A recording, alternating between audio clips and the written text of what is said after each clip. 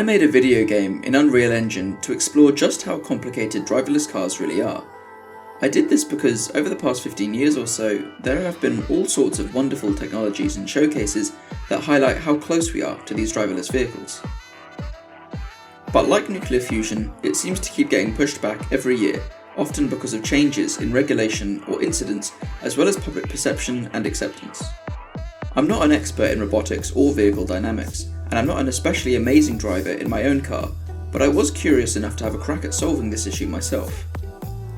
I've played around with MIT's Moral Machine, and I've got no hope of competing against the likes of Nvidia at image recognition and sensor fusion. But I was interested in the decisions that vehicles would have to start making if they were to replace people in the driver's seat. In this project, I wanted to answer, how do driverless vehicles make decisions?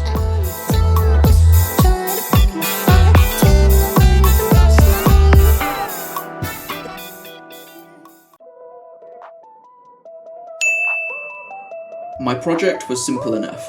Learn how driverless cars work, become a game developer, and make a game from scratch about driverless cars with no real existing experience in either domain, and I've got 2 weeks to do it. This is what I made. What we've got here is arguably the world's most boring game, in the sense that you don't really play because the cars are driverless, and nothing really happens, either because everything's fine or because everything's broken. And to achieve something so mundane and bland was such a head-scratching mind that I simply had to share it with you. The way that you play is you set certain policies and outfit your cars at the beginning of each level, then you basically just watch the carnage unfold. Your ultimate goal is to design the cars and policies that results in the fastest average travel time as cheaply as possible and are safe enough to ensure that none of the passengers are concerned.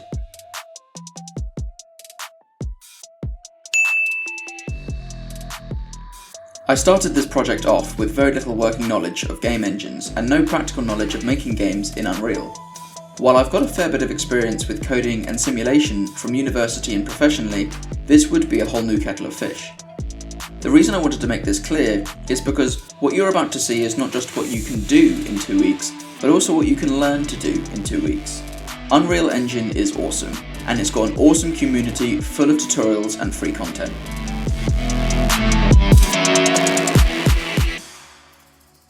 Day 1 is off to a great start because Unreal has a pre-built tutorial on driving games, so I could just grab the sedan model from Unreal's built-in assets, shove it on a plane, hold down W, and watch it fly off into the sunset.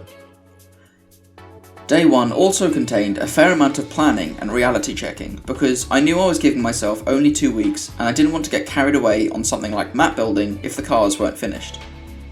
Day 2, I found a cool track building tool online and built a simple road that I could drive around. I also dug a bit into the car's logic to understand what things I'd be able to control. I concluded that to do what I was intending to do in 2 weeks, I couldn't waste any time on image recognition because A, this doesn't interest me too much, B, this is insanely complicated even without obstacles, C, I was going to put in a lot of obstacles. Day 3, I got to work on having the cars follow a spline around the track. This was pretty challenging at first because while there were a few examples available online, the car just didn't want to behave. Rather than wasting time reading up and understanding how all this actually worked, I spent the time swearing at my computer instead. Day 4 came and I threw in some parked cars as obstacles, added more splines, put multiple cars on the road, and watched the carnage unfold. After enjoying this for a few hours, I put in these special boxes that basically tell cars to wait if another vehicle is already navigating the obstacle. This was my first policy decision to make, namely, do you let the first car to arrive go first, or always prioritise who's got right of way? I went with first to arrive initially, but later added the logic for other policies. On day 5, I explored Unreal Engine's AI capabilities. While I could have created this all without any AI, using switch statements and a ton of logic, I wanted to give myself the option of breadth and depth, and to legitimise the claim that these are AI-controlled vehicles. After a quick refactor into decision trees, I got the cars to wait patiently at obstacles, and also emergency brake if there's a car immediately in front of them, which worked most of the time. I also built up a new, cooler map using the built-in landscaping tools, and made a happy little shop that serves no purpose whatsoever. Day 6 was spent mostly debugging and swearing, as well as adding in some cooler aesthetics and lighting to the map I just built. I also added a happy little lake. On day 7, I was pretty happy with the cars and the concept of obstacles, but a big element of driving is handling pedestrians and pedestrian crossings. I made a simple zebra crossing decal, made a character walk between some points, and put in some basic logic to the cars that say if there's a crossing coming up to slow down, and if it sees a person to stop. Much like in reality, sometimes the cars didn't stop in time, especially when I told pedestrians to jaywalk, but it didn't look terribly realistic at first. So I added in some ragdoll physics and blood splatter decals on collision events, and once tested, I think it looked a lot better. Day 8 and 1 week in, and I wanted more obstacles. I put in a few more splines in my map and made junctions that allow vehicles to randomly switch between different route splines. I also added spline joiners that allow 2 splines to merge. Between junctions and joiners, I was able to cover a lot of route variations with as little effort as possible.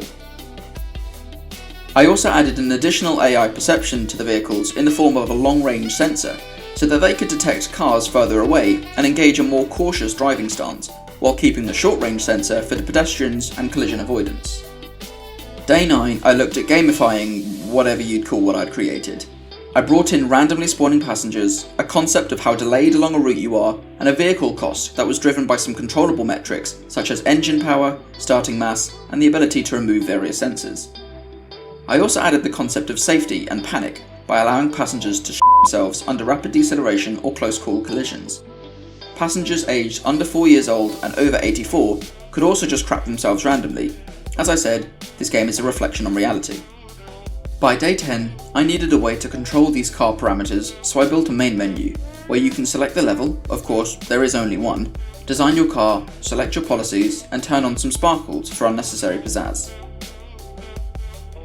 I also added a pause menu that shows you the current results as you progress throughout the level, as well as a HUD for the cars to see your acceleration, speed, passenger data, and the amount of CAC accumulated.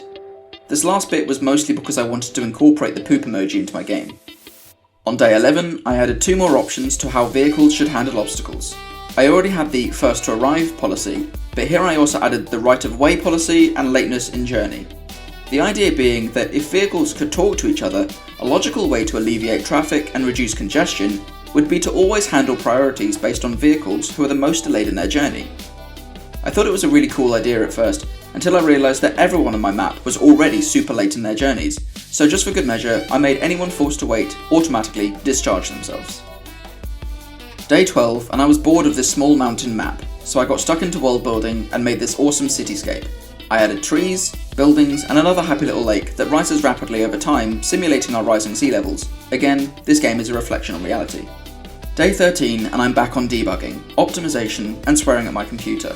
Most of my issues were coming from rushed code and poorly commented snippets, which I tried to blame on the coder before me, but then realised that it was me, and I'm an idiot. I rounded off the day with making the ability to switch between different cars, as well as switching to navigation mode, so you could see the world from God's perspective.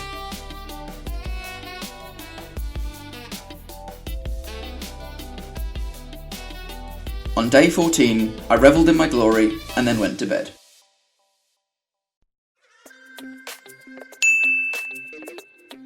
A game doesn't have to be fun to play or highly polished for it to be worth making. If you're on the fence about doing something like this, then remember that the most learning you'll ever do is often in the first 20 hours, and you'll be amazed with what you can get done once you commit.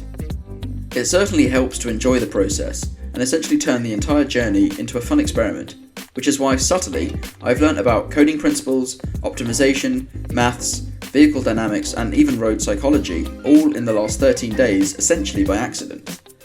Then there's products like Dreams that take this one step further, where making the game is the game, but that perhaps is for another day. I also stick to 2 weeks on these projects primarily as a challenge, but also to avoid mission creep, which is the idea that it'll only be finished after the next task is complete. The drawback to limiting myself to 2 weeks is that there are always going to be plans left unlaid.